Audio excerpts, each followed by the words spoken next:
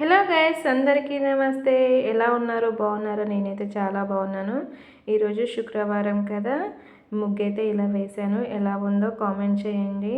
ధనుర్మాసంలో 12వ రోజు ఈరోజైతే ఇలా తీసుకెళ్తున్నారు మంగళహారతులు. ఒక్కొక్క రోజు ఒక్కొక్క థీమ్ శారీ కట్టుకొని వెళ్తారు.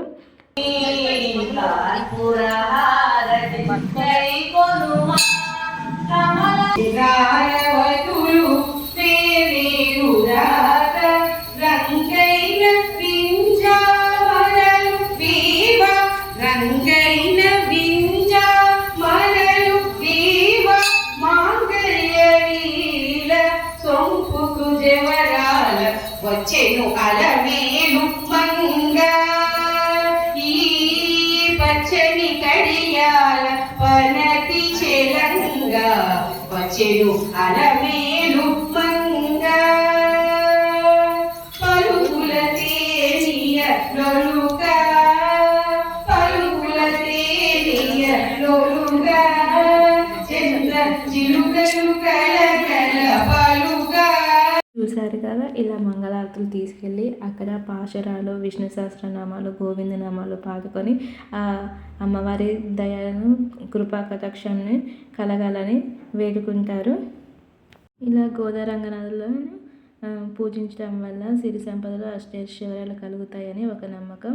ఈరోజైతే నేను మా బాబు కోసం అయితే గిన్నెప్ప, తపాల చెక్క, సర్వపిండి ఇలా ఒక్కొక్క దగ్గర ఒక్కొక్క రకంగా పిలుస్తారు. చాలా ఈజీ అండి, చాలా ఈజీ ప్రాసెస్. ఏం లేదండి, బియ్య పిండిలో కొద్దిగా ఉల్లిపాయలు, ఉల్లి ఆకులు, కొత్తిమీర, పచ్చిమిర్చి పేస్ట్ కానీ, కారం కానీ, కొద్దిగా నానబెట్టిన శనగపప్పు, కొద్దిగా పల్లీలు, కరివేపాకు, కొత్తిమీర ఇవన్నీ వేసుకొని వేడి నీళ్ళైనా పోసుకోవచ్చు, చన్నీళ్ళైనా పోసుకోవచ్చు. మంచిగా పోసేసి బాగా కలపాలి. ఎంత కలిపితే అంత బాగుంటుందండి. దాన్ని ఒక ముక్కులో ఇట్లా నేను చూపించాను కదా, అదే విధంగా అదుముకొని స్టవ్ మీద పెట్టేసి ఇలా తిప్పుకుంటూ మంచిగా కాల్చాలి.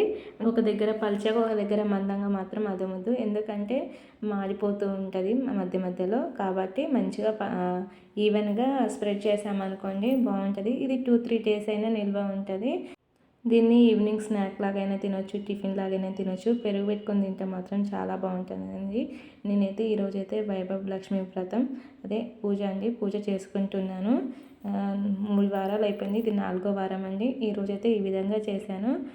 వైభవ లక్ష్మి పూజ ఎలా చేయాలంటే, శుక్రవారం ఉదయాన్నే తలస్నానం చేసేసి రోజంతా ఉపవాసం ఉంచి సాయంత్రం పూట పూజ చేసుకుంటారండి. మీరు కూడా చేయగలిగితే చేయండి. Thank you for watching. ఈ వీడియో కనుక మీకు నచ్చినట్లయితే లైక్ చేయండి, షేర్ చేయండి, సబ్స్క్రైబ్ చేయడం మాత్రం మర్చిపోవద్దు. Thank you.